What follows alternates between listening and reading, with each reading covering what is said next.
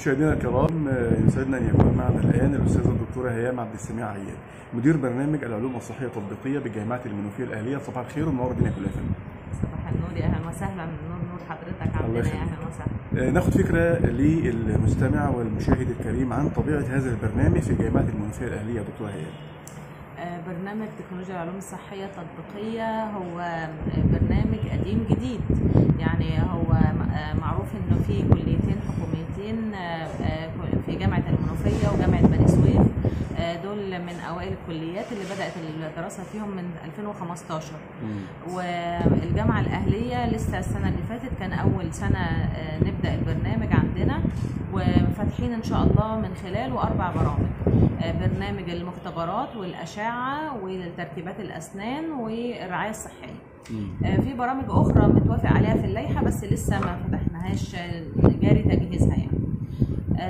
البرنامج يعني ليه بقول قديم جديد؟ لانه هو في العالم كله معروف برنامج تكنولوجيا العلوم الصحيه التطبيقيه، لانه الخريج بتاعه موجود اوريدي في السوق، موجود في مصر وخارج مصر.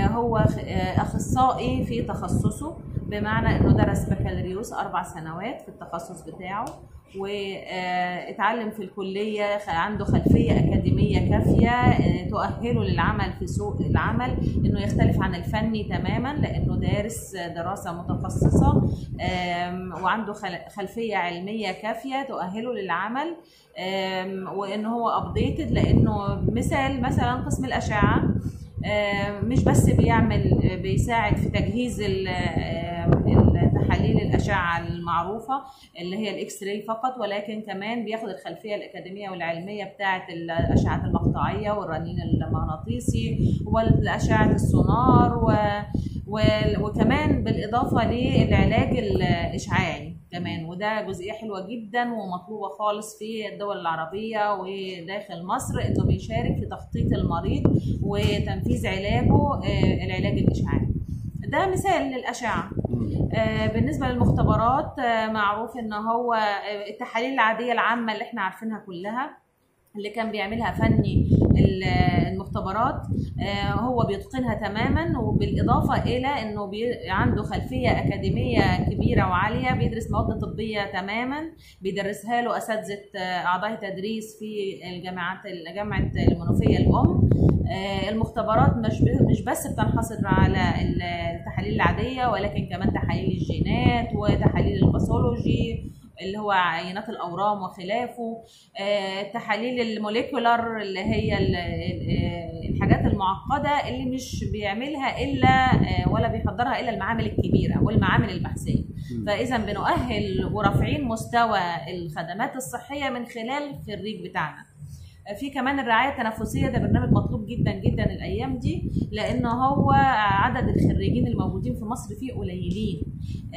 الطلبة إذا كان في من التخدير من الأشعة والمختبرات كتير، فلا ده الرعاية التنفسية والأسنان عددهم قليل في المجتمع، فاللي عايز يتخصص التخصصات النادرة دي هيلاقي مجال في السوق كبير جدا.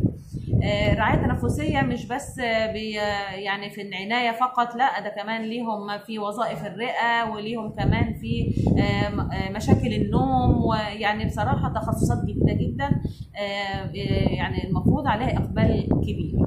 كمان تركيبات الأسنان، صناعة تركيبات الأسنان، كان زمان عدد الفنيين الأسنان اللي خريجين من المعاهد عددهم مش كبير، بيدخل البرامج ديت مثلا اللي مش لاحق أشعة أو مختبرات. لا دلوقتي الدنيا اختلفت خالص، لأنه صراحة ده يعني قسم يعني اقتصاديا هو قسم عالي، بيشتغل في أماكن حلوة، بيدخل له دخل كويس، وعندنا خريجين دلوقتي من جامعة المنوفية الأم، والبرنامج عندنا هيفتح السنة دي لأول سنة إن شاء الله.